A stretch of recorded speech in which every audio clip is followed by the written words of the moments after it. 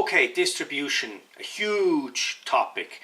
I did a lot of research about distribution because I had no clue about anything really.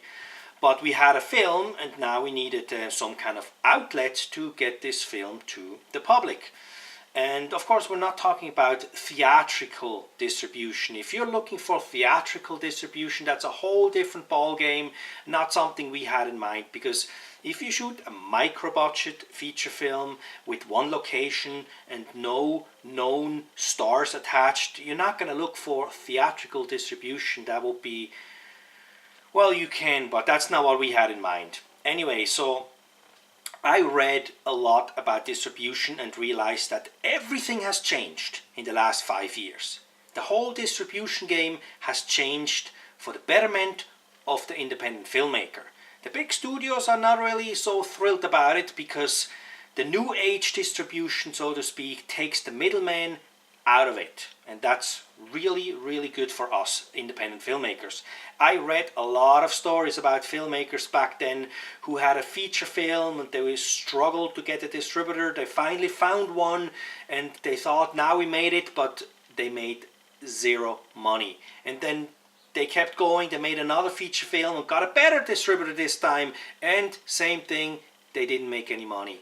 I even read a story about a filmmaker who made 5 feature films, and every time we thought, now I got a good distributor, they're all conventional distributors who pretty much screw over the filmmakers. I have read dozens of stories, and you can watch it on YouTube, they talk about it. A conventional distributor is just not what you need anymore nowadays because they're gonna rip you off. There are stories of distributors, you know, they take you on, they promise you the blue from the sky, and then of course they take on your film and maybe they make some money, but you will never see anything. And you can ask them, hey, can I see the book, whatever, and they never get back to you. And even if they get back to you, they have overhead, you know. Said, well, yeah, we made a little bit money with your movie, but we spent $5,000 to create a poster, we spent $10,000 on marketing, and we flew to film festivals, and we spent $5,000 for a hotel room. And you know, the interesting thing is, there's distributors, they take on like 25 films and then they fly to some kind of film market, you know, and then they tell you they spent $5,000 for a hotel room. But what they're not telling you is that they are charging $5,000 for a hotel room for every single filmmaker. You know, they charge everybody $5,000. So now they have 25 films or 25 independent filmmakers, and each of them they charge $5,000. You know, that's over 100,000. Yeah, that's over $100,000. So that's how they make the money. You know, so conventional distributors, you don't need it anymore. It's the middleman that is not needed. And I'm not saying that every distributor is corrupt, but hey, you go read the stories and you can make your own opinion about that. Anyway, so we were not looking for theatrical distribution, we were looking for the new age distribution platform or system, which is self-distribution.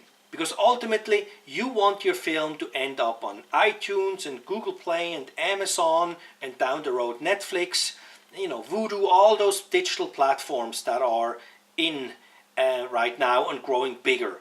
So like I said, I did a lot of research, and you can spend a lot of time learning about this whole game, and I will narrow it down. I will tell you what I figured out and what we as a company decided.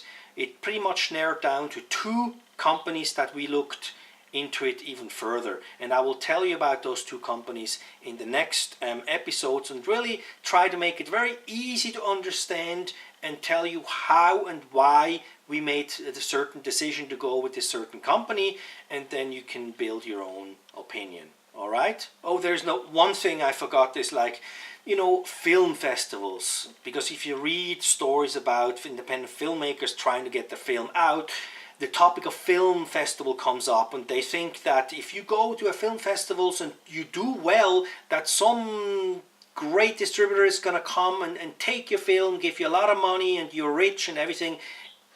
this is just not going to happen. I mean, not with a micro budget feature film in one location with no known actors. This is not going to happen anymore nowadays, you know.